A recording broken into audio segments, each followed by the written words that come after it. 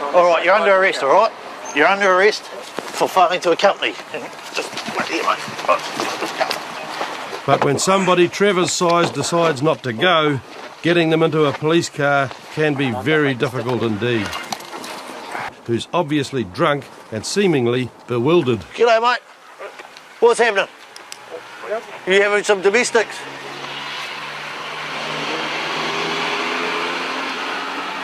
You want to have a chat with you, mate? What's your name? Is this your car, is it? Yeah. Oh, what's going on? What have you just done with your car? Did you drive it through the garage? Yeah, no. Pardon? I don't know. You don't understand me. I think that's just a bit of a, you're having me on, aren't you? How did the car get out here? Sorry? You drove through your garage? Yeah, no. Who drove through the garage? My wife. Your wife did? In spite of Trevor's claim that his wife's driven through the garage door, 60. witnesses have told police that it was Trevor behind the wheel. What I'm going to have to get you to do is with one full breath, blow this mouthpiece here, okay, until I tell you to stop. I'm not. Alright. I reasonably believe you have been drinking, therefore I now require you to undergo a breath screening test without delay. Alright, blow into that. Are you refusing to blow into it? I'm not. You're not going to blow into it? Alright. Right, I now... But if you drove the car... Alright, if you're not going to blow into it, alright, I now require you to accompany me to the Lower Hutt police station or other such place for the purposes of undergoing an evidential breath test, blood test or both without delay, alright? So that means you've got to come with me. Having refused to give a breath test, Trevor now decides that he doesn't want to go back to the station. Are you coming with me? I'm coming with you. Alright, let's go. No, your son isn't coming. Come on, let's go. Alright, you're under arrest, alright? You're under arrest for failing to accompany. Just wait here, mate. But when somebody Trevor's size decides not to go, getting them into a police car can be very difficult indeed.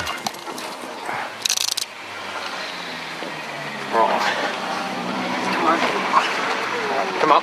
Stand up. Come on. Right, you're not obliged. Come on. Once again, you're not obliged to say anything.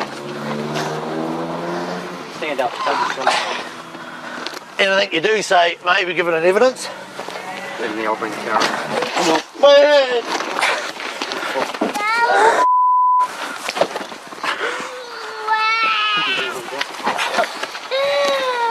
Come on. Stop being silly. Jared Rowe delivers Trevor's son to his mum and they head for Lower Hutt Station, where Trevor decides walking's better than being dragged. But he's still got no intention of cooperating with Pat Thomas. Now that there is just saying I've been advised of my right to consult and instruct a lawyer without delay and in private. Yeah. So you just sign that and then I'll give you this list here of all your lawyers that you can ring up. You're not signing? Yeah. Alright, that's fine. Here you go. These are all your lawyers here. They're available free of charge. When Trevor finally got round to talking to a lawyer, it seemed that the drink driving procedure would finally get started. But Trevor had other ideas. What is so for my lawyer? What's that? I don't know what your lawyers told you. All I'm telling you is that I now require you to undergo the evidential breath test without delay. Okay? So you've got to blow into that machine until I tell you to stop. Yeah, but my lawyer, he said I'm rubbish. So you're telling me that your lawyers told you not to do anything? For Pat Thomas, this was a whole new approach, but finally he had to accept that Trevor wasn't going to blow in the tube. Result of your test, alright, it says an incomplete test. Okay? That means I now require you to supply me with a blood sample. Do you consent to taking of a specimen of blood? No. No. What is your reason? Why don't you want to consent to the taking of a blood sample? Trevor couldn't give a reason, but he wouldn't give a blood sample, and after several attempts to get him to change his mind, Pat Thomas had to admit defeat and Trevor was taken to the cells to sober up. As a result of this incident, our male party is being charged with failing to accompany and failing to supply a blood specimen due to his intoxication and the fact that we believe he will commit further offences if let go. We've decided to hold on to him in a cell until he is sober enough to take care of himself. When he appeared in court, Trevor was found guilty on both charges, and he was sentenced to 120 hours community service and disqualified from driving for 8 months. Dog handler Matt Fage and police dog Blade are on patrol in Wellington when they get called to an incident in Nainai. I just had a call from Lower Hutt Police's, I think it's a car accident or not too sure, bit of road rage or something like that, but 5 occupants of one of the vehicles has all got out and run off on foot. Yeah. Is that like Jim? Delta? Yeah, comms, Delta 10-7. Ambulance and police are already on the scene, and the witnesses spotted the driver escaping into a nearby block of flats. Did you see where they went? I saw they were milling around in between these two buildings. Okay, you don't know where they went from there exactly. What driveway entrance, mate? This one? This? Alright, thanks, mate.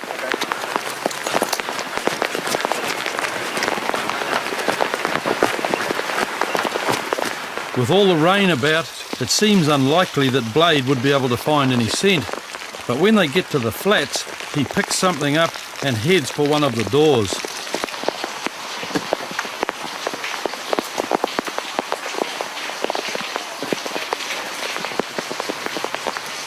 And although Blade circles around, he keeps coming back to the same spot. I've gone in here. But the guy inside the flat is claiming to know nothing. I spoke to a guy in here. I mean, the dog's not... I mean, we've got a start point there and he's come to here. I mean, mate, there's people everywhere, so... Where these guys all come from? They've come from an upstairs flat. He's saying they haven't seen anybody. This guy's saying he's in here on his own. All those idiots... I mean, I don't know. They're apparently last seen in here somewhere, so... I doubt they've gone over these fences, but I'll cast and have a look over there. Might just have to... I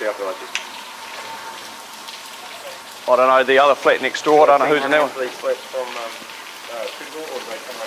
It's a confused situation, but finally police decide to search the flat indicated by Blade.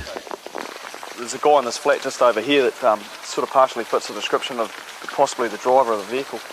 We've spoken to the witness and he's come across and said that it's not him, but we're just getting his permission to obviously go into there and see if the rest of the people are in the flat. It's a hit and miss really, but he's obviously given their permission, so they're in there now just having a look to see who else is in there. Inside the flat, police have found the driver of the crashed car hiding in one of the rooms, but the other 4 people from the car have disappeared.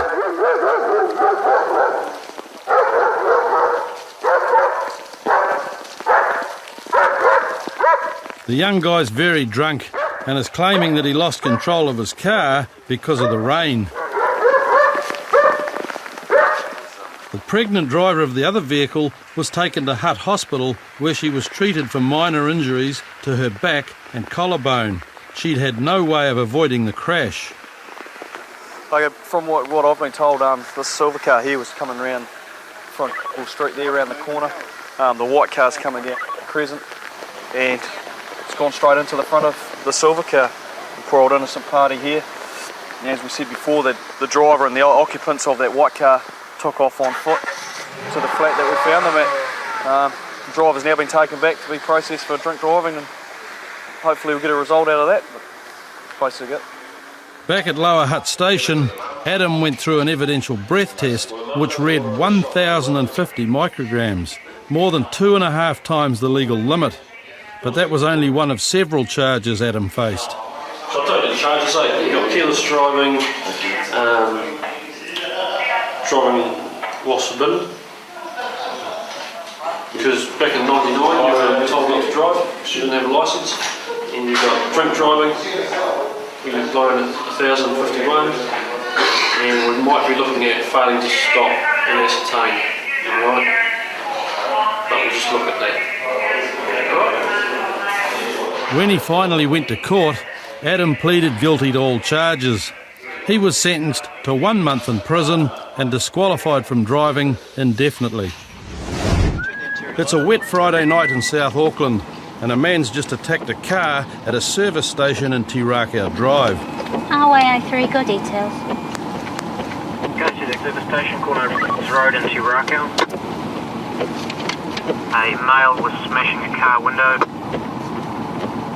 at the forecourt. A piece of wood. Yeah, Roger, received. We're 10-2. When constables Natalie Taylor and Rogan Smith arrive at the scene, there are 2 people standing near a damaged vehicle. There's a guy with a white t-shirt. Complex still light. No, he hasn't got jeans on now. But the alleged offender is nowhere to be seen. He was having a go at a car, or? Yeah, the van's like, Okay, which, the van there? When Natalie and Rogan approach the couple by the car, a strange story starts to emerge. oh, so they're basically having a bit of anger problems, yeah? Yep. Okay. Quite a bit of anger problems. The man with the problem has apparently taken a hockey stick to his own car. We're about to head off towards. He just walked that way now. I've walked around the whole centre. I can't find him. I don't know where he's from. Right, and I'm what's just waiting his, for his brother to come. what's his anger problem then, do we I don't know? know. He busted both his tyres. Did he do that when he was angry, or were the tyres done busted anyway? We were on our way down here and he hit the curb Right, and he popped both tyres. all right. So when he got down here, we changed the one, he took it out in the car. He got a bit stressed up and smashed up his own car. No apparent reason. Oh dear. What's something that'll stick out about him if we're just going to go and find him? Because that's not a good idea. Oh, he's wearing a white t-shirt and blue jeans. Does he have any facial hair or anything like that? Yeah. He does facial hair? Similar to mine. What kind of hair does he have? Black hair. How long? What's the same length as mine? Same length as yours. Okay. What's his name? Anthony. Anthony, the angry driver, has taken off, and while he'd never get a job in a panel beaters, his stick work shows plenty of aggression. And when his brother Joseph arrives, it turns out the car doesn't actually belong to Anthony. This is my dad's car. It's his car. But He uses it, yeah. He's never got a problem with that. So what's happened today then to make him? He's obviously been in some kind of mood I was with too. my wife at my mother-in-law's place. So. Whereabouts did you last see him? Oh, he should be coming down the road now. Joseph had just found his brother down the road, but had driven on after failing to persuade him to get into his car. What kind of state of mind was he in when you were talking to him? No, very well. He's not under any influence, but he's hell pissed off. That's all I can say. But we don't know why. I don't know, he won't even talk to me. Because he just started shouting out, oh, he's tired about this car and he's tired about the family. And I thought, oh, okay. I just left it at that, you know. After several minutes, Natalie and Rogan decide to track Anthony down. Very nice. There, looks like person. Is that a location for our place? He's a bit clean shaven, is it? Or is he not? Hey, is it Anthony? We're a bit concerned about you, that's all, because obviously we got a call from the garage saying that somebody was on the forecourt smashing up a car. No. And it turns out that one of your friends there said that it's your own car. Yes, it is. Is that right? Okay, what's gone off? I was going a little bit angry in the car. Right, okay. There's nothing, I mean, obviously it's your property. It's not an offence to damage your own property, but we're obviously a bit concerned that something's upset you that much that you felt the need to take it out on the car, really. And obviously it's a bit disturbing if people are stood around and they've seen you. While police aren't concerned about the damage to the car, the fact that Anthony's carrying around a hockey stick is a potential problem. Perhaps walk away next time before you pick the stick up might be better advice, yeah. And I wouldn't carry your hockey stick around in the car with you, okay? Unless you are going to play hockey. What does, mate? Because if you're carrying it around with you in circumstances where it might be construed that, you know, you're taking it around to use, like some people use baseball bats and so forth, you know, to use in fights and stuff like that, it'll be taken off you and you can be charged with having it with you. Recently I've been threatened, so that's why I carry it with me. So, If that's the reason why you're carrying it, then you definitely shouldn't have it in your car, okay? It's an offence to carry it as a weapon for protection. Oh, okay. Oh, I didn't know that. Yeah. So You should only have that with you from your for car. the game. Okay, and yeah, if you have any fears for your safety, we're the people that you should call. Yeah. Don't take matters into your own hands. Okay. All right. Thanks a lot, guys. Okay. No worries. Maybe a bit of explaining to your dad about the damage to the car. Anthony walked off to face his damaged car, and Natalie and Rogan hit. Hello, it's the police. What's happening, mate? Just open the door. Did you get beaten up, mate? Yeah, I did. Who beat you up? One of, yeah, he's got a mark on my head. Yeah, where's It's on the other street. street? Where does he live? On the other side. Sorry? On the other side of the flat. Do you know his address? Yeah, I know where he is. What's his address?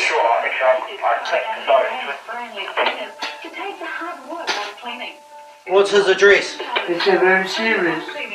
Sorry? It's a serious. Well, you tell me, mate. What is he beating you up for? And just for nothing. Did you guys just have a fight? Yeah. Was he drinking here, was he? No, on the other hand. You were drinking over there? On the other side. Alright. Where does he live? On the other side. Yeah, do you know the number? Yeah, I know where he is. What's the number?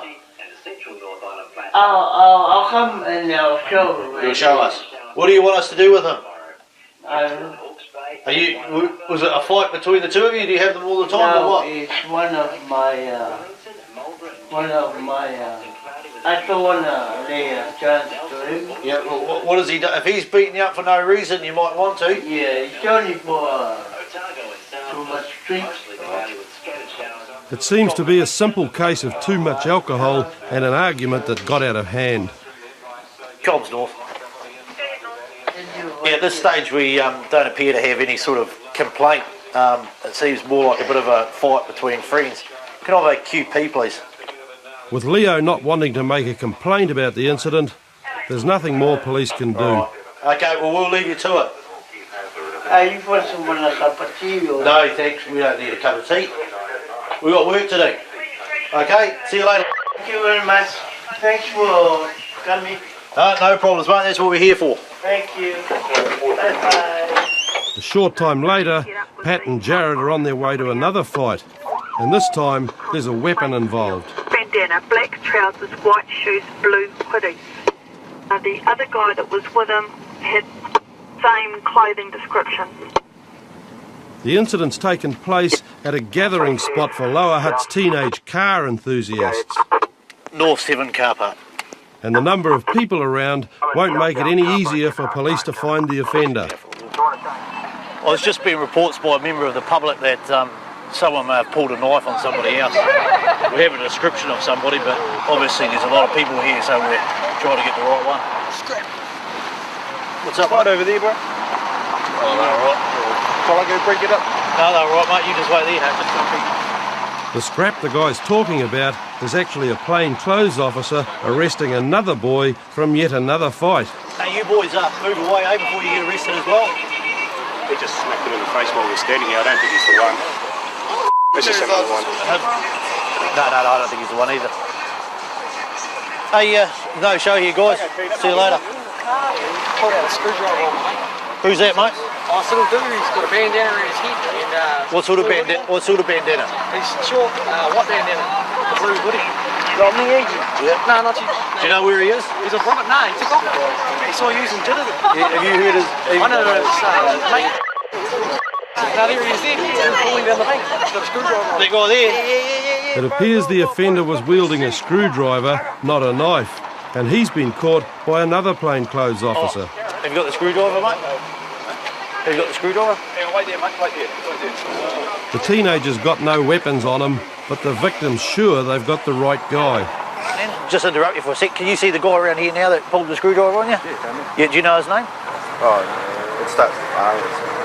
Oh, but it's definitely that guy down there. Yeah. Sure. Sweet as. Has he got it on him? No, he stashed it apparently, but he's, yeah. Did you see what it looked like at all, mate? Oh, it's a flathead. I know that. Flathead, how long? that long, probably. Oh, did you see the handle at all? I think it was blue, but no way. Okay, so it is. The young offender was charged with carrying an offensive weapon and was dealt with by Youth Aid.